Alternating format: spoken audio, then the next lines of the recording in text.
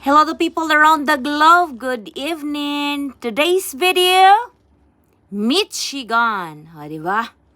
Sounds like tag-Amerika day. Pag mingong gani kag Michigan, Amerika na namaring.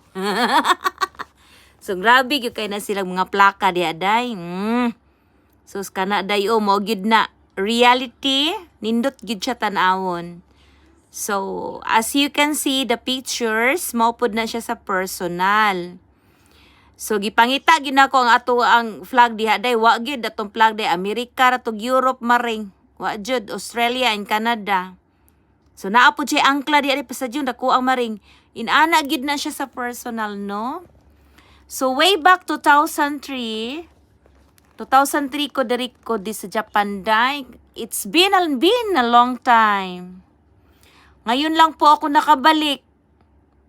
2024 na po tayo ngayon. So, grabe.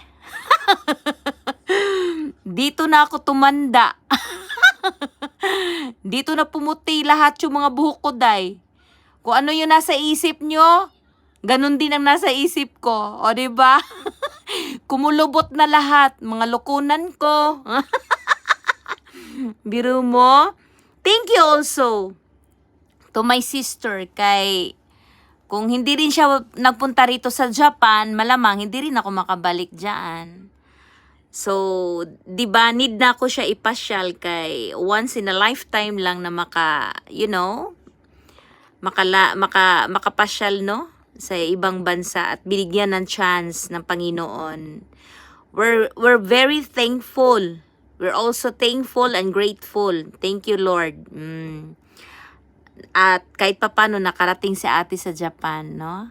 7 po kami magkakapatid, but siya lang nakarating dito. But I'm blessed. Thank you also.